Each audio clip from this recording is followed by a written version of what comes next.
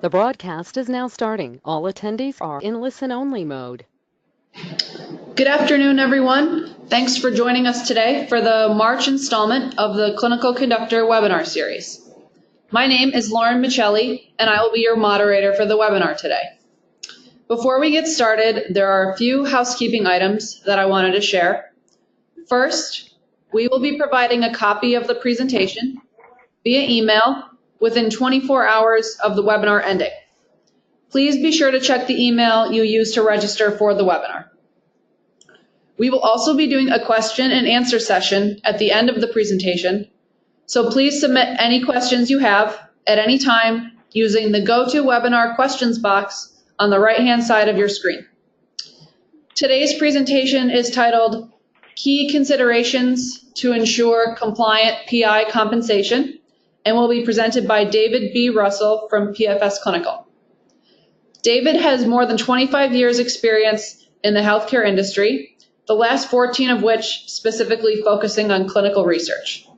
He currently serves as Director for Site Strategy for PFS Clinical, with responsibilities including oversight of accounts utilizing multiple administrative services that PFS Clinical offers. Mr. Russell has extensive experience in the areas of financial reporting, budget and contract negotiations, PI compensation, coverage analysis, research billing adjudication, process improvement, decreasing study startup times, hospital operations, and improvement of research site financial performance.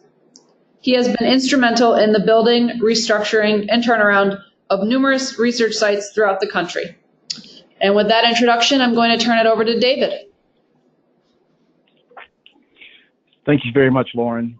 I'm going to go Muted and let everybody know on the front end, it's the beginning of spring, and so my allergies are just on the verge of beginning to act up. So if I have a cough or two through this, I apologize.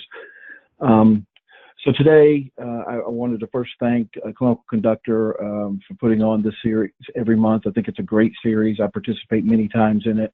And I'm very honored to be your presenter today, and we'll talk about PI compensation. Little housekeeping on my part. Just know that this presentation is not going to constitute any legal advice, but and the reason is because every situation is a little bit different, and you'll hear me talk about that throughout the presentation. But it's not taking your unique circumstances into account, but as just a major overview. So I'm putting together this presentation. I had a couple thoughts in mind, and I wanted to go over a couple trends that I'm seeing that might seem to be counterintuitive within our industry, but I'm seeing them more and more. The first is physicians that are acting as PIs, feeling as though they're not being compensated enough, want larger amounts of the study budget to compensate them for their time and their activities. And so I wanted to put together a portion of this to look at the site perspective and to give you some tools that you can share, really some ammunition that you can share with the physician to let them know what constraints you are under as an institution, what laws are out there, and what the ramifications of going outside of those regulations could potentially be, to help really help them to understand why certain amounts have to be paid and not more than that. And then where the counterintuitive part comes in is I'm also seeing some sites that are not paying their PIs for their work. So it's almost the opposite end of the spectrum. And so I want to give you some tools as well to take to the administration within your institution to really talk to them about why an investigator should be paid, what are some of the reasons. And so I thought what we would do is we would cover the legal regulatory considerations and what models that I've seen on the method to pay PIs, and then also just to cover why PIs should be getting paid, and then to kind of wrap things up, and then we'll have some questions and answers. So the question that I'm always asked anywhere that I go and someone comes up to me is really what method is the best method in order to pay PIs, and how much should we be paying them? And it's really a question that needs to be considered, because the PIs truly play an intricate role within your institution for research, because we all know without a principal investigator, we can't perform the research. So it really, it does take into account, and it does really, you need to consider how you're doing it, and how much that you're doing, or how much you're paying them. So the amounts that are things to really take in consideration is the amounts that you're paying your investigators for their work does get counted in their total compensation amount annually, which really does make up a part of the fair market value guidelines. It has to fit within those constraints. So, it goes on top of if they're a salaried physician, or if they're a per procedure type physician, whatever they're doing on the research side gets added to that, and that you really have to keep that in mind, especially if you're within a large institution and you're responsible for the fair market value of paying your physicians. Always remember that needs to be added in there as well. So with that known, you really do need to have a firm understanding around the laws, the regulations that are around physician compensation, just to make sure that you're being compliant. And we'll go through some of the major ones. So again, this is from the site perspective, and what constraints are on the site or an institution in how much they can pay a principal investigator. And I always like to start out with this, because it's the gold standard, the American Medical Association. It's what their opinion is on how much should be paid for work within a clinical trial by a physician. And it basically states that the compensation that they receive should be commensurate with the efforts that the physician is performing within the research study itself. It should be at fair market value, and it should be at a rate of compensation per patient, not vary according to volume of subjects enrolled by the physician, and should meet other existing legal requirements. So really what they're saying is that it needs to fall within the fair market value structure. And it also, for those who've been in industry a long time, we used to see, enrollment goals or enrollment incentives, and sometimes that would roll down to the physician, and that has really been fleshed out and shouldn't be going on any further. There shouldn't be anything that would be viewed as an incentive to enroll more patients than what would normally qualify. So when we're looking at the legal and regulatory considerations, there's really three main components. And most of you have probably heard these terms, and may have even had some experience within them, but we'll kind of go over some of the ins and outs of them. But they're all important, and they all are sort of interdependent upon each other. And the first is fair market value itself. Second is the Stark Law, and the third is the Anti-Kickback Statute. So for fair market value, I always go to the CMS version, and in a lot of these slides, I won't put the entire code of federal regulation or the entire paragraph. I'm simply quoting certain pieces of it, but I'll always give you references, as you can see at the bottom of this slide. So if you want to go and read the entire regulation, that'll give you an opportunity to do so. So essentially, fair market value is the value of a transaction that's consistent with general market value which means the price that an asset would bring as a result of a bona fide bargaining between well-informed buyers and sellers. So usually the fair market value price is the price at which a bona fide sales have been consummated and assist of like type, quality, and quantity at a particular market at a time of acquisition. So it's a lot of words. So I try to summarize those for you here. And it really, what it's trying to say is that what is the current market condition within your market? For those of you that aren't as familiar with fair market value as some others, fair market value is really broken down by region of the country. And so there's not an answer that you could just go to and say, what is a fair market value for a particular specialty?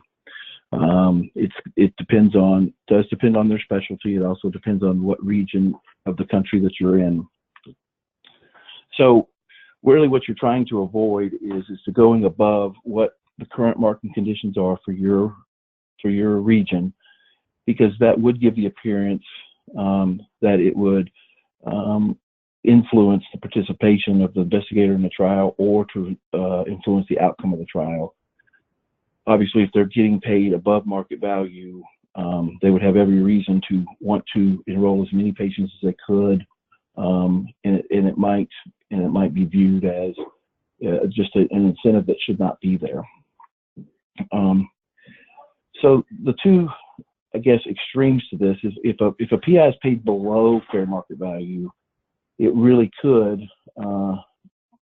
be a disincentive to participate in the trial by the PI, or even enrolling subjects. So if you've got a PI who says, you're going to pay me this much money to perform a research study, or for my efforts on a research study, or I can do my regular standard of care patients at a higher amount, I'm just going to choose to do my standard of care as much as I can and not worry. And of course, it's going to vary upon the PI. Some PIs love to do research, but as a general rule, you don't want to be paying too far under fair market value. But obviously, if a PI is paid above fair market value, it really puts your institution at risk, and can really have some major penalties. And we'll talk about what some of those penalties are. So the second item to consider really is the Stark Law. A lot of you have heard it called the self-referral law, and what a lot of people don't know is it's actually in Section 1877 of the Social Security Act. So if you were looking for it, that's where you would find it, and it's sort of buried in there that most folks just didn't know where it was. And so what does the Stark Law really do? It really prohibits a physician from making referrals for certain, and they call them designated health services, or services that are basically covered by Medicare. So it prevents the physician from referring those patients who are going to be receiving those services to an entity of which he or an immediate family member, that's important to know as well, has a financial relationship. And that's the key word, a financial relationship, unless an exception applies. So a financial relationship can be seen as obviously percentage of ownership, an investment in it. But the key word here is that if they're receiving compensation. We'll talk about that on the next slide. So it prohibits the entity from presenting or causing to be presented claims to Medicare, or billing another individual entity or third-party payer for these referred services. So not only does it prohibit the physician from making the referral, it prohibits the institution from actually billing for those services if referred. And the good news for research is it does establish a number of specific exceptions, which we'll talk about, and those exceptions go a long way in assuring that we can stay within the confines of the Stark Law. So this is where the real issue arises, as we were talking about with compensation. So in this particular code of federal regulation, it says payments made to the principal investigator become a financial arrangement by and between the institution and the physician. So if a physician then receives a patient and refers the subject or other patients to the institution who receive reimbursement under Medicare or Medicaid, they could be in violation of the Stark Law. So compensation for clinical trials need to be structured to fall within the Stark Law's exception for personal service agreements. We'll talk about those personal service agreements. So it's very clear that in order to not be in violation of the Stark Law, there needs to be enough of a personal service agreement to keep them within the exception. So what is the exception? The exception is, in order for you to comply with it, you need to set up a personal service arrangement between yourself and the PI. It has to be set out in writing. It cannot be a handshake deal. It's got to be signed by both parties, and it has to specify the actual services that the PI is doing for the study, or that they're doing for you as an organization or an institution. And it must cover all the services to be furnished by the physician to the entity or incorporate by reference other arrangements or master list of contracts. And what that's referring to is for those of us who negotiate clinical trial agreements, to me, the easiest way to do a personal service agreement and not have to continue to update it is to do something similar to a master services agreement that you would see with a sponsor or a CRO. Whereas you're setting out all the legalese within that master service agreement, and then when you discuss payment and specific services that will be rendered, those are generally done as either an exhibit or a statement of work that is an addendum to that agreement, which is very short and saves a lot of times because you're not going through all the legalese over and over again. So the compensation paid over the term of each arrangement has to be set in advance, and it can't obviously exceed fair market value. So really keep that in mind, that, the whole term of the agreement, we have trials that sometimes last 6-8 weeks. We have some trials that last, years. So obviously make sure that you're looking at the total compensation that's possible and that it would fall within a fair market value.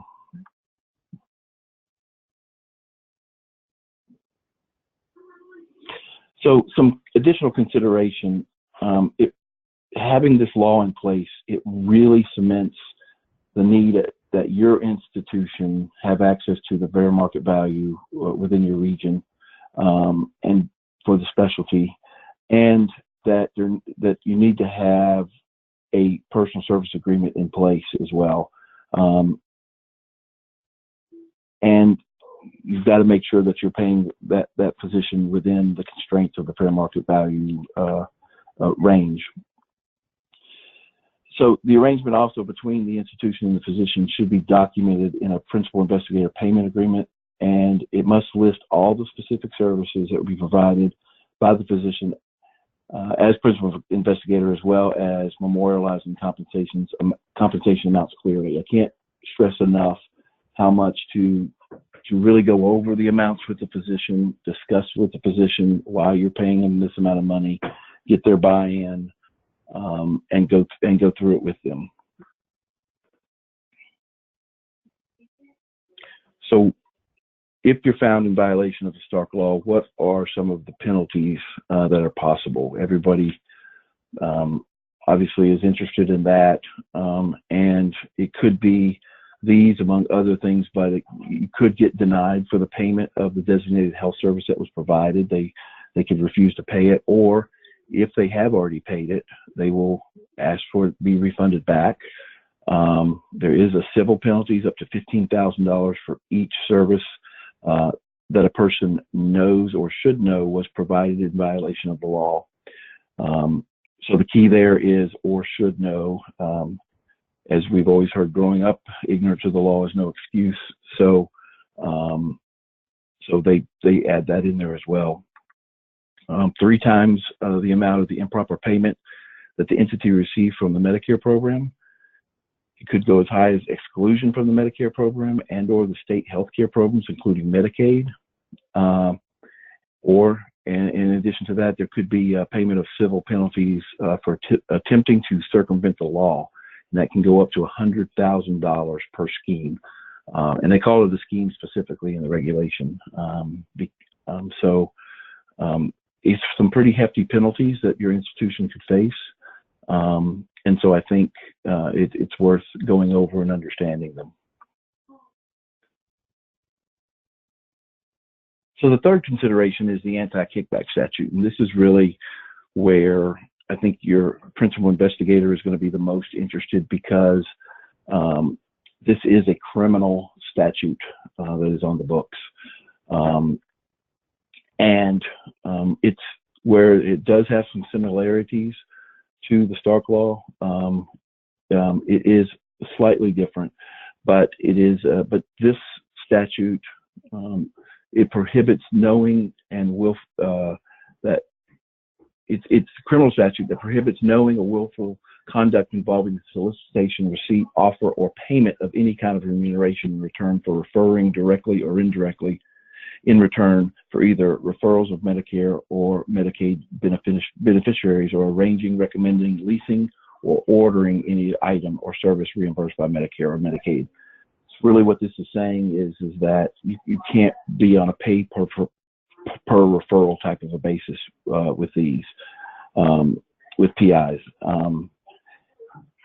Similar to the Stark Law, there is what the Anti-Kickback Statute calls a safe harbor. And it really does describe the various payments and business practices that, although they might implicate or might look like an Anti-Kickback Statute violation, they're not treated as an offense under the safe harbor provisions. So it is similar to the requirements of the Stark Law for personal service agreements. And it does include the mandate that the agreement be set in writing and signed by both parties, and that they're at fair market value. Where it goes a little further, though, there's a couple different items that you need to consider within the statute, and that is, as it will be for almost 100%, if the actual agreement is for less than full-time services, then you must clearly set out what the intervals will be, what their precise length will be, and the exact charge for each one of those intervals. So unless you've got a PI that is able to dedicate all of their time, which is probably pretty unlikely in most folks who are listening to this, you've got to be very specific. And the second item is actually very key, and a lot of people don't fully understand or didn't know that the agreement has to be for not less than 12 months. So where that comes into effect is it can't be, for this one trial, so this is going to be for 6 weeks, this is going to be for 6 weeks. It has to at least be 12 months, and you can modify or terminate some of the agreement or some of the legal language within the agreement, but what you can't do is change the financial terms within those 12 months.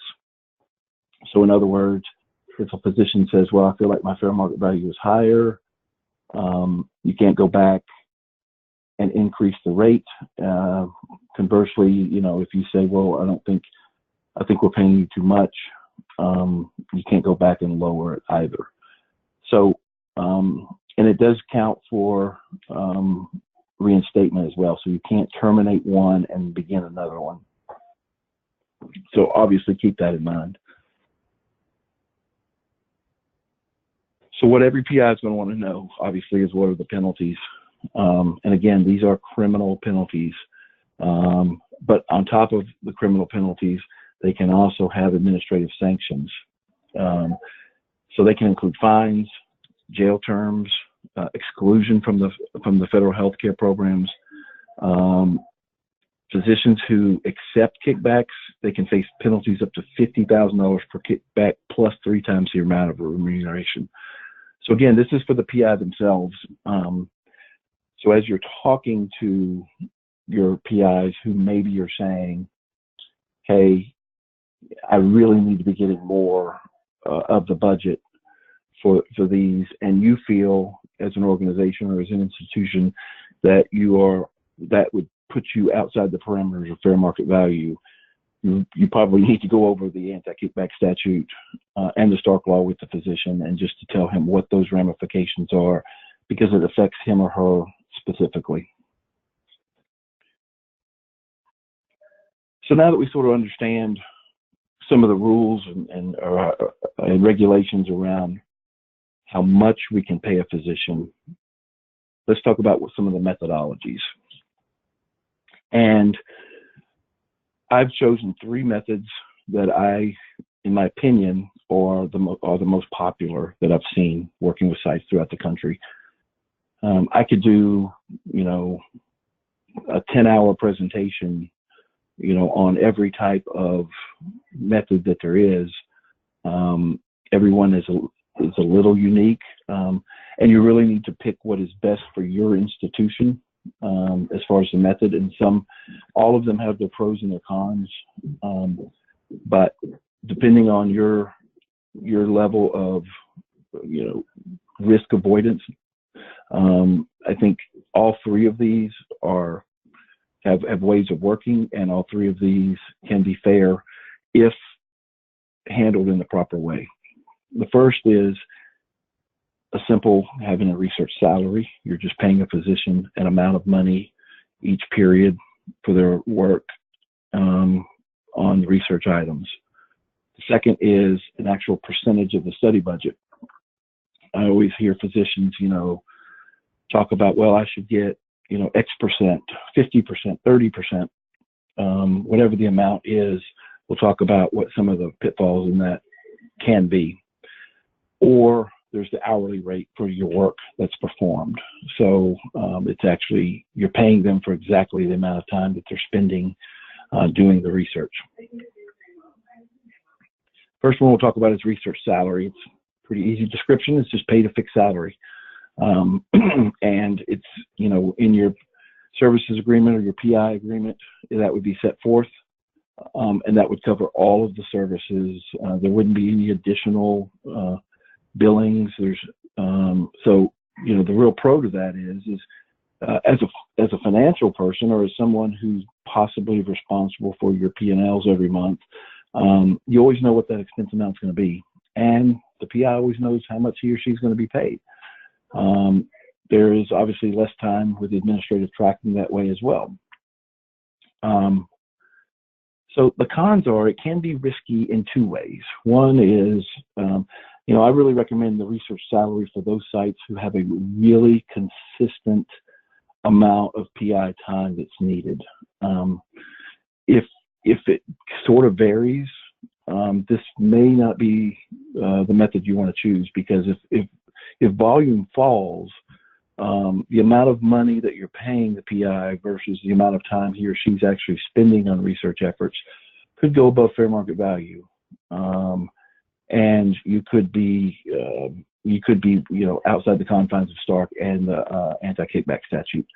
But then on the other hand, if volume rises, which, every site has that intention, if you get an influx of studies for this PI, and suddenly, he or she gets 3 times the amount of studies, then suddenly they're saying, wait a minute, you're not paying me enough. And then you get into, again, you can't go back and renegotiate within a 12-month period from when it's executed. So there is risk on that, and some downside to that as well. So some of the research salary, operational logistics.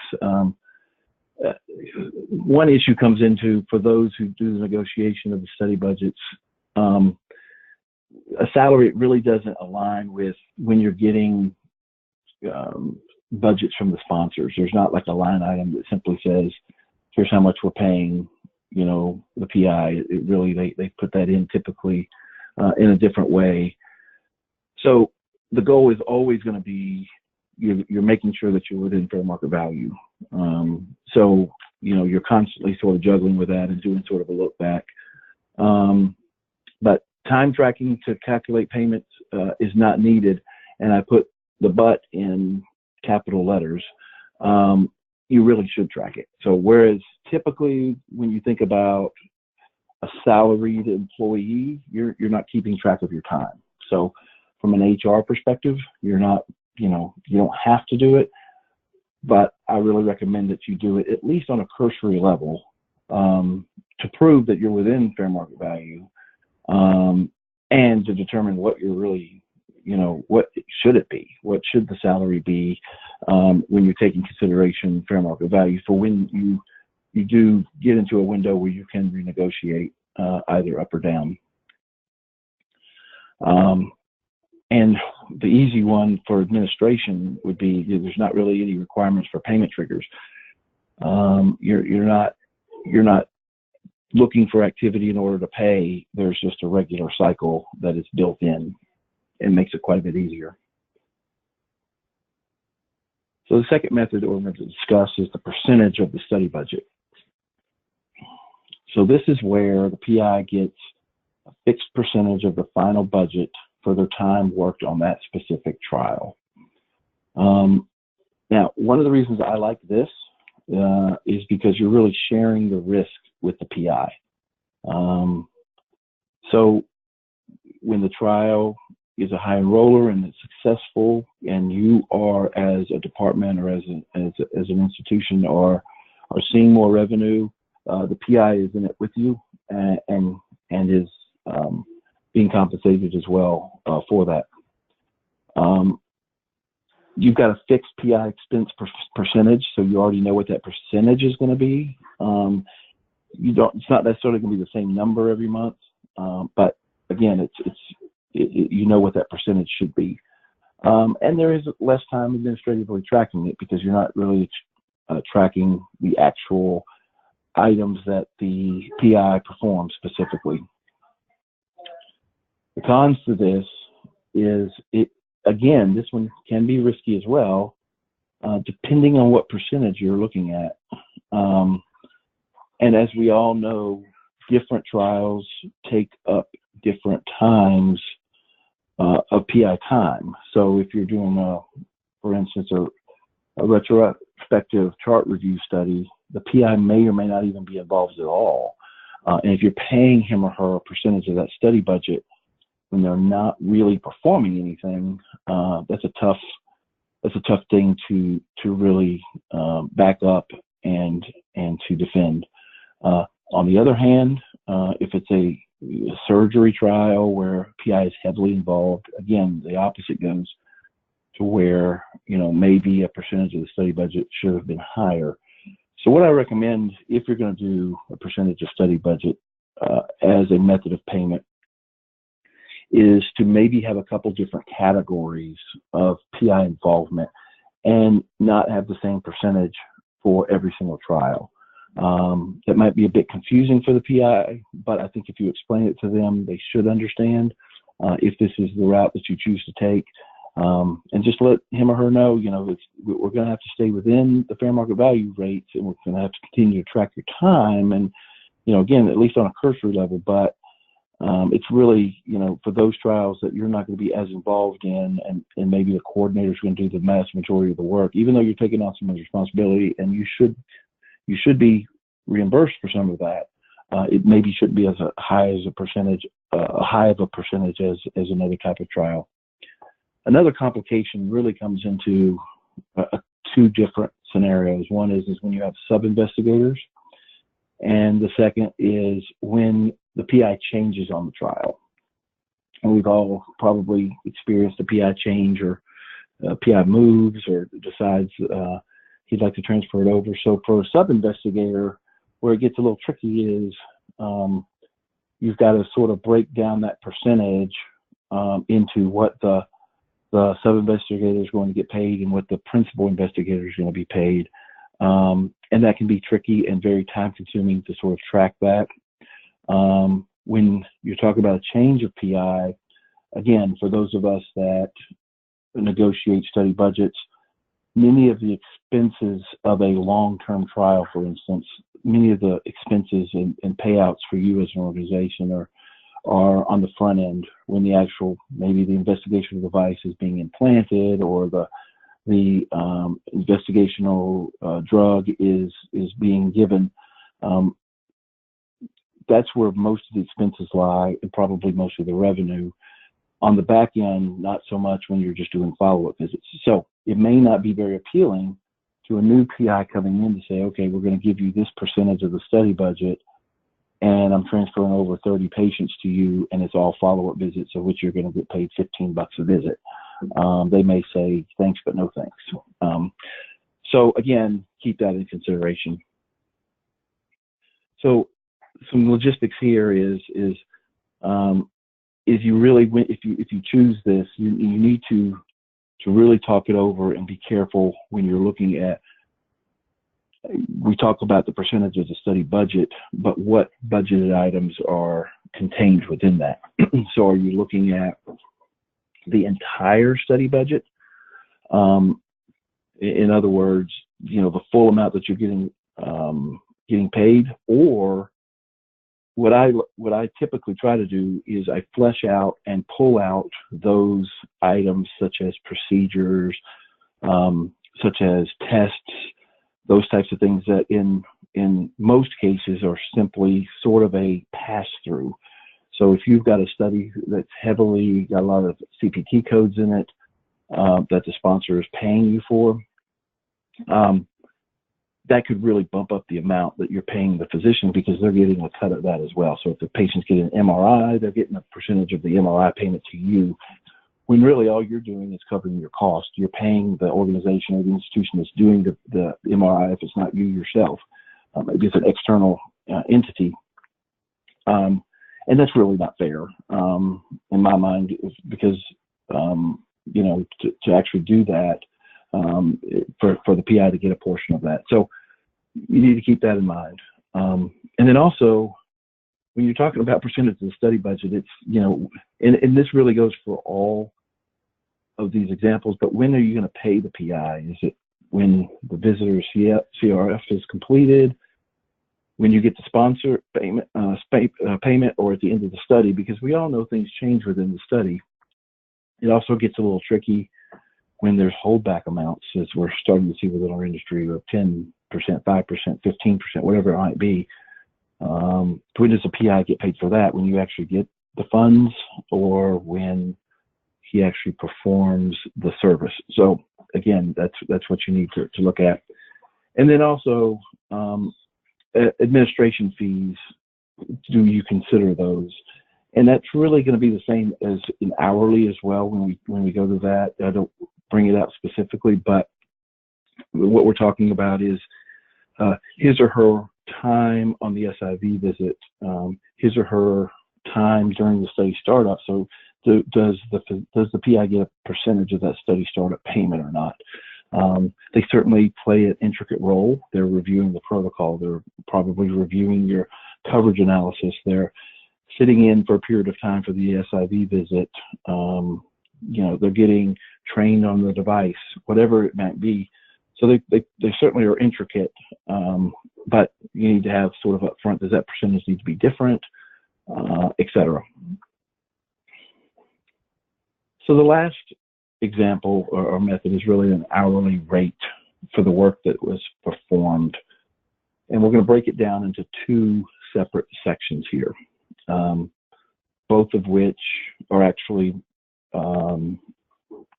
acceptable, and probably both of these are considered what I would say sort of the gold standard. And one is your estimated time, and the second one is your actual time. So we'll talk about both of those. Talk about the estimated time first.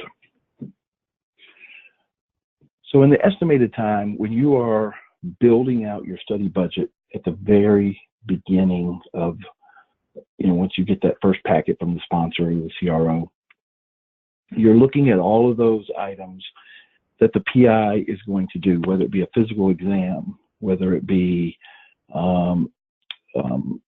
consenting the patient or helping with the consent of the patient, those types of things.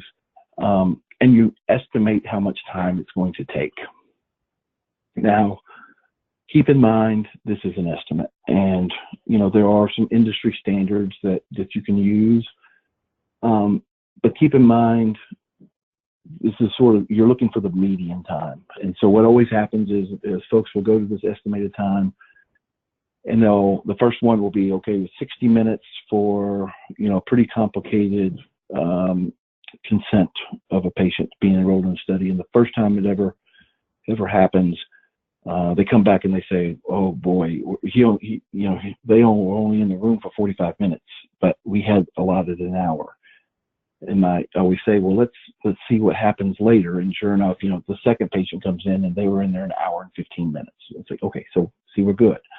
Now you need to be looking at it from time to time, but really what you're trying to do is be reasonable. How much time does it typically take? Those types of things are the questions you need to be asking you, because we all know in the instance of consent, every patient is different.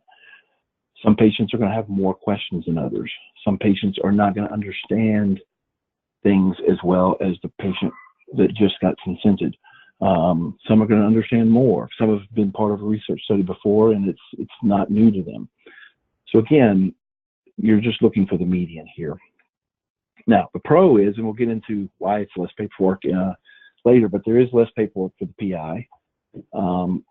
And it also shows, if in the event you need to defend your payment, it shows that you put a lot of thought into how you're going to pay the physician. You didn't just throw together some numbers and say, this is what we're going to pay them. So you're actually being consistent. I've even worked with a lot of sites, and I would recommend this, and it's a little time consuming, but once it's built, it's very good to have, and that is sort of a template for procedures, whether it be a physical exam, etc. That's your typical amount of time that you allow.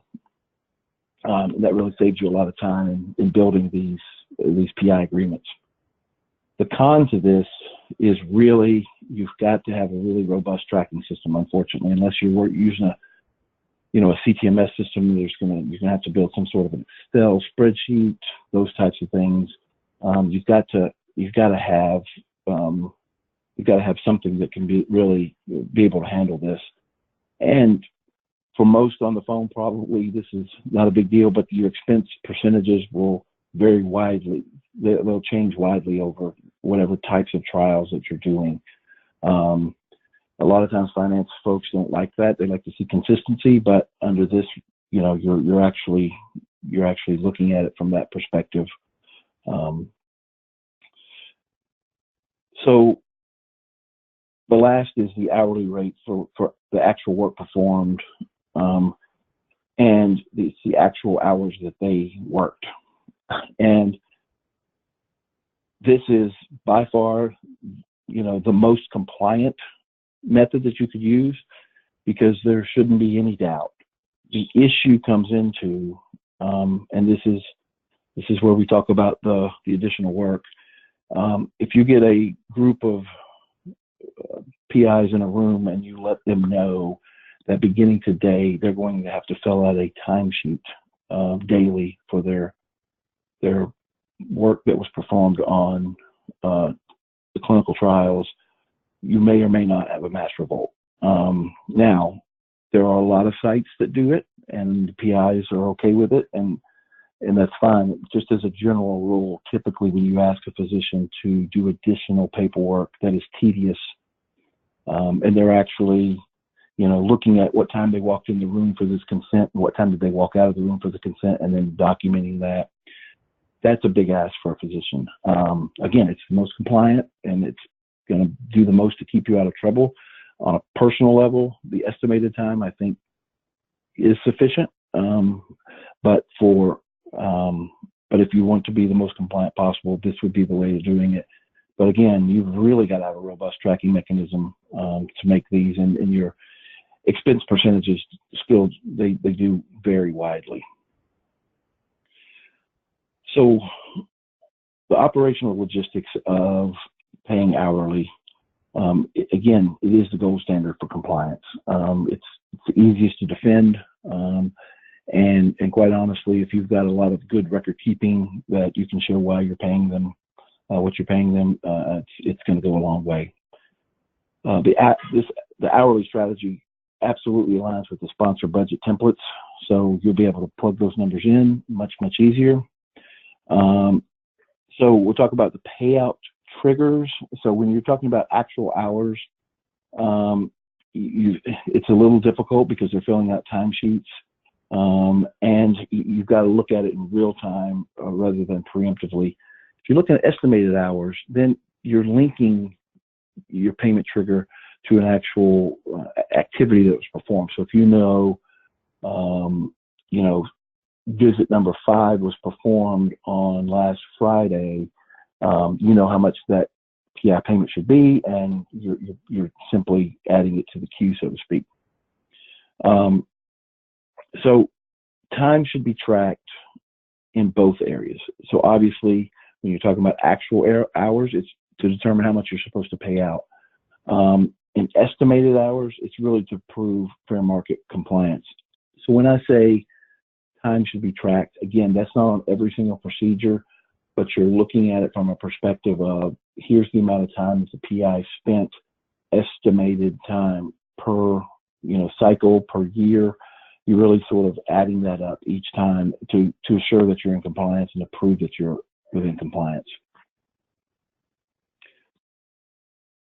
Now, there's one type of investigator that if all of that's great if you employ the investigator. If it's a non-employed investigator, we need to talk a little bit about what needs to be included in the CTA, in the actual PI agreement or the personal services. There's some additional considerations to put.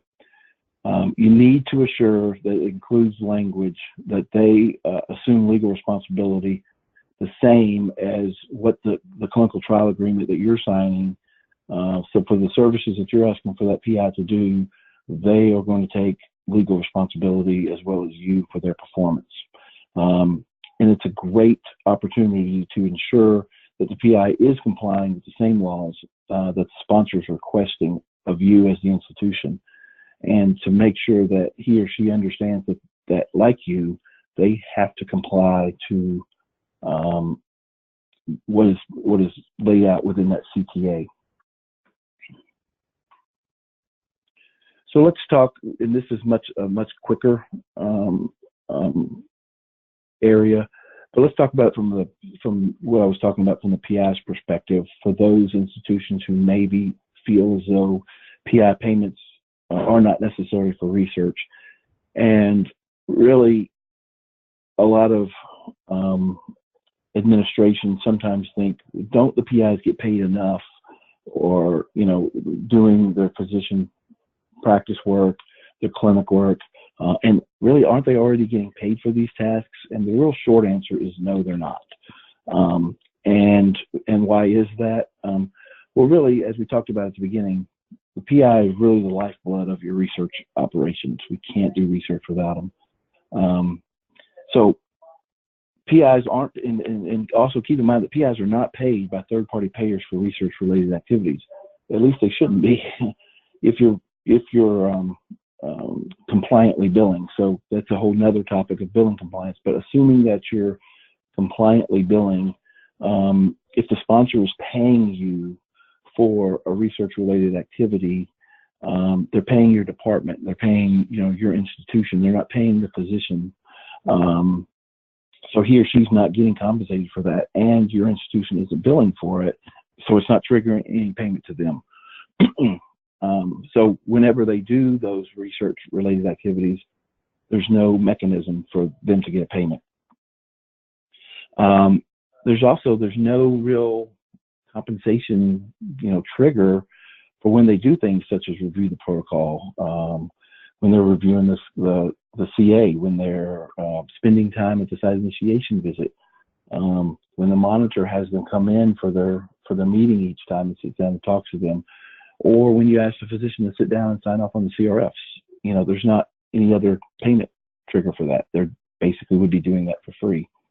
And then I think from a PI's perspective,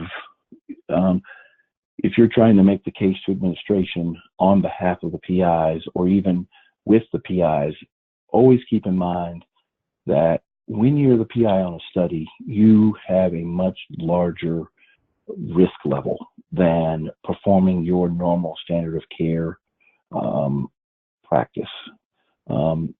You've got to be specially trained, as we all know, in order to be a principal investigator approved by an IRB. You've got to go through human subject protection training. A lot of times you have to do the device training.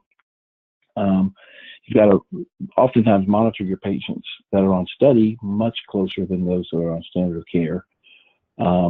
And always remember, and I'm sure they remind you of this, but the PI is always ultimately responsible for the conduct within the trial until the consequences and the errors that occur really fall on them and affects their medical license and their ability to bill for CMS services. And then lastly, just some other considerations. If you've got multiple PIs, if you're a hospital system, if you are a hospital itself, or multi-practice physician group, and you've got numerous PIs, keep in mind, be consistent with your payment method. Physicians often talk, and if you're paying, cardiovascular folks one amount or one method, maybe it's a percentage method, but you're paying an hourly rate over here, oftentimes they can feel slighted and feel like there's something unfair happening. Always assure, and I can't preach this enough, always assure that the investigator agrees with and signs all the calculation documents before the payment is made. So you're going to give this person this PI what you're looking at, what you're calculating, and the method by which you're going to pay them. Make sure they see that and they understand it, and they're not just signing it. A lot of times physicians are used to having papers shoved in front of their face and they just sign it. Make sure they understand it, because that first check that they're going to get, if they don't understand it, they're going to ask a lot of questions. And again, could potentially feel slighted. Set out what your timetable is going to be of when you're going to pay them. Are you going to pay a monthly, quarterly, when the sponsor pays? All of those are acceptable. For smaller sites, quarterly is typically what I like to do. If you're a site that's potentially cash strapped, maybe a dedicated research site, you might have to go to the method to say, look, when the sponsor pays us, then we'll pay you.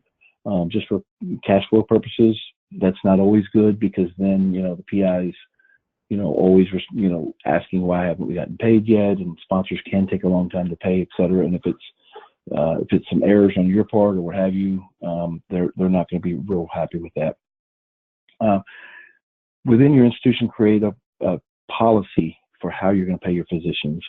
And then lastly, and to me the most important thing, for those of us who have worked with sponsor and payments that come in, really, when you get that check for $40,000 and there's nothing that says what it's for, it's very frustrating. So sort of follow the golden rule: do unto others as you would have them do to you, and say, here's your payment and here's what it's for. Always give them that documentation and be clear with it. So with that said, we've got a few minutes for questions. I appreciate your time. If we Unmuted. always feel free to contact me. And there's my contact information on the screen. All right. Thank you so much, David, for the excellent presentation. Like you said, it's time for questions. Don't forget to submit them on the right-hand side of your screen in the GoToWebinar question box. We already have quite a few in, so get your questions in, everyone. Let's see. First question is, where do you get fair market value dollar amounts, and where are the guidelines listed? So that's a very good question, and it's one that's often asked. There are there are certain companies that are out there, and there's certain, subscriptions that you can purchase that will tell you what the fair market value is for your region. But it's really it's a matter of going out and sort of doing that search and what you're comfortable with as far as, there's lots of legal attorneys that specialize in that, and a lot of companies that specialize in is publishing and making sure that you understand what the fair market value is for your region and by your specialty. Very, very detailed. Some are quite expensive, some are relatively inexpensive.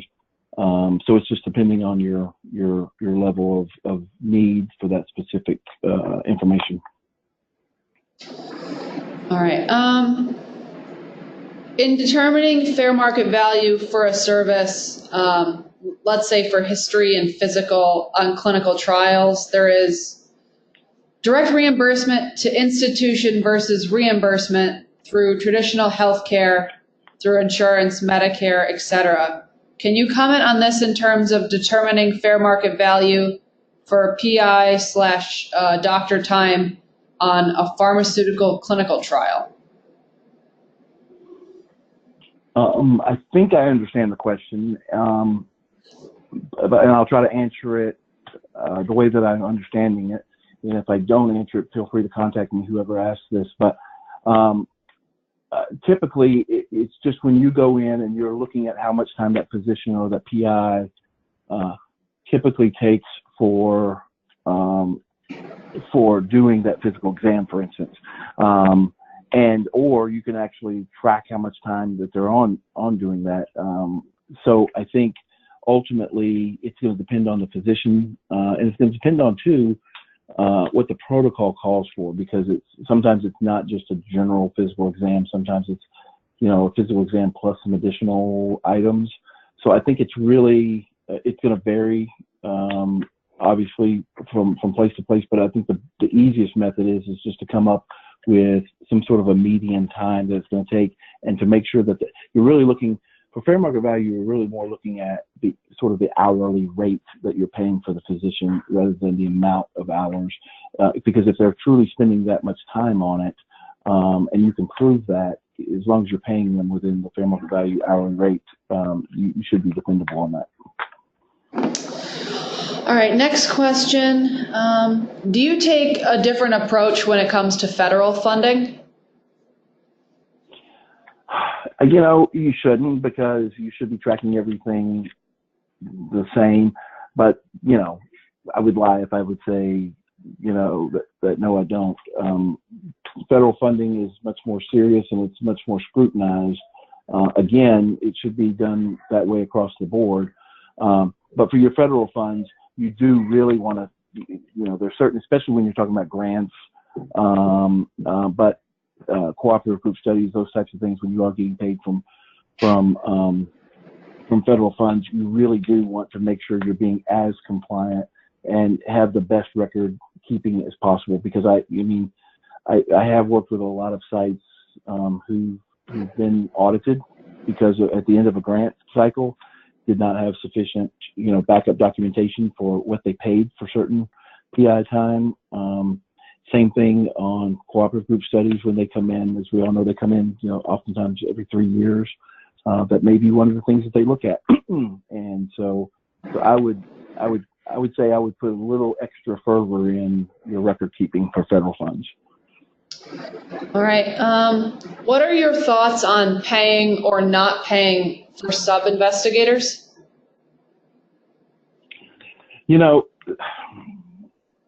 It's a tricky one. I mean, to me,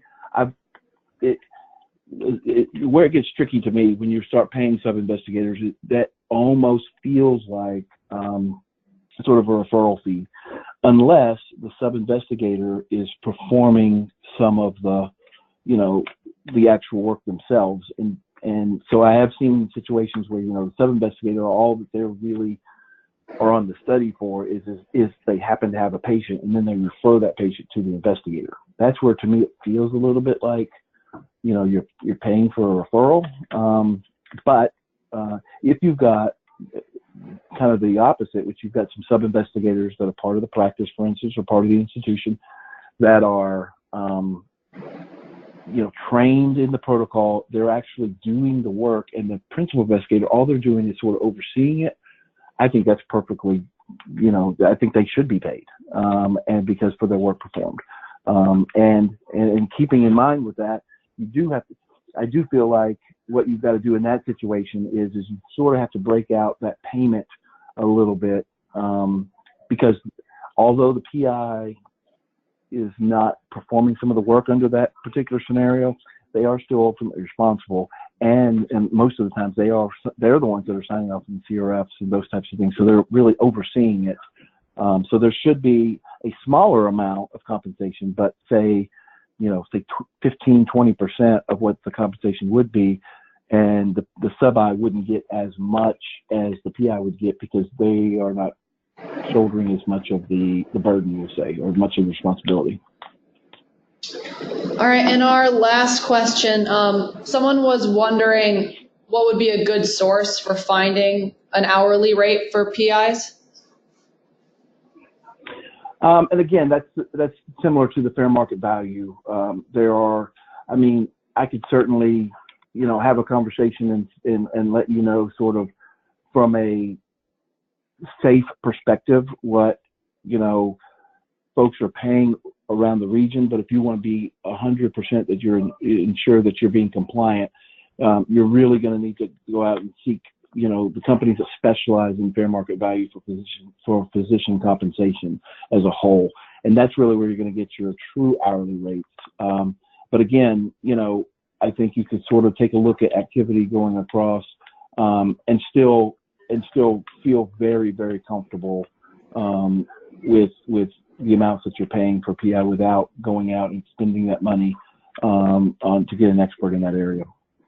All right, thank you. All right, everyone, that's going to wrap up our question and answer session for today. Don't forget that the slides, the recording, and a certificate of attendance will be sent out to everyone via email within 24 hours of today's webinar.